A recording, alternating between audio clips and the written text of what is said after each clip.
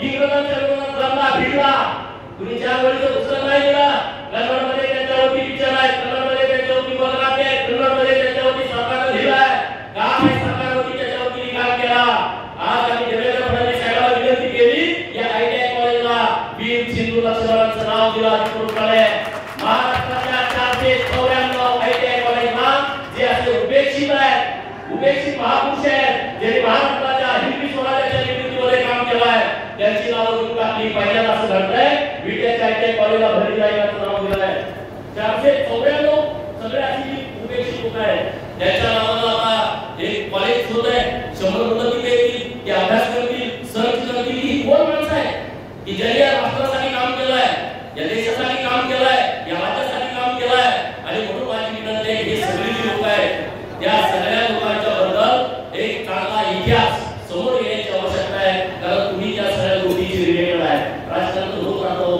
राजकारण इथं पत्रकार मित्र सगळे मला आज एका वेळेस भेटले पत्रकार परिषदेला मी बोलवल्यानंतर मी येत असतील जगताप साहेब बोलवले तर निघे जात असतील गिरिराज बोलवले निघे जात असतील हे राहतं हे पत्रकार मित्र आहेत ना हे एकदम असे स्ट्रॉंग आहेत हे सगळ्याला मार्गदर्शन करतात हे जरी पत्रकार असते ते ढेरे सोपे पत्रकार नाही असं कुणी समजायचं काम नाही मी तर कधी समजत नाही आता जिल्हा कंपनी साहेबांनी मला पुस्तक भेट दिलं अरे जगचं वैभवशाली जग नावाचं पुस्तक त्यांनी मला भेट दिलं मला त्याच्याविषयी माहिती नव्हती मला अभिमान वाटला एक जग तालुक्यातला पत्रकार जग विषयी एक 100-200 पानाचं पुस्तक लिहिलंय आणि त्यामध्ये सगळा इतिहास लिहिलंय मला त्याचं कौतुक आहे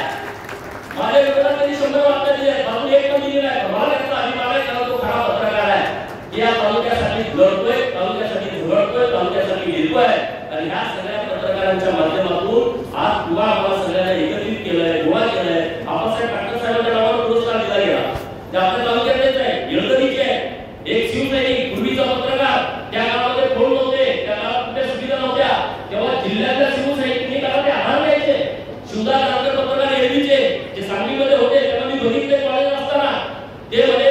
जगताप साहेबांचे पण मित्र होते ते आबाबांचे पण मित्र होते त्यांच्या सोबत संध्याकाळी ते बसायचे गप्पा करायचे जेवण करायची आणि रात्री त्यांनी त्याच्या विरोधात बातमी दिलेली असायची असे ते पत्रकार होते तर जगताप साहेबांना माहीत पडायचं ना त्याला पण माहीत पडायचं तर हे खरी पत्रकारिता होती आणि तशा पद्धतीने पत्रकार सगळे काम करतायत पत्रकारांचे अनेक विषय पण आहेत त्यांच्या खूप अडचणी पण आहेत आणि निश्चित सरकार दरबारी तुमचा एक प्रतिनिधी म्हणून मी नक्की तुमची भूमिका लावून करेन भूमिका मांडेन खासदार साहेब व्यासपीठावरती आहे पत्रकार भवनांची गरज जिल्ह्यातल्या प्रत्येक तालुक्याला आहे आपण जरा मिळून घ्यायचं नियोजन करू पत्रकारांना आपल्या कार्यक्रमात उपस्थित होते की पत्रकारांना एकत्रित बसायला पत्रकार परिषद घेण्यासाठी किंवा एखादा त्यांचा घरगुती कार्यक्रम करायचा आहे तर एक हक्काचं त्यांना एक भवन असावं अशा पद्धतीचा प्रयत्न नक्की आपण सगळे करूया माननीय श्रीपाद संधी साहेबांना मी खूप खूप शुभेच्छा देतो की तुम्हाला दीर्घायुष्य लाभावं तुमच्या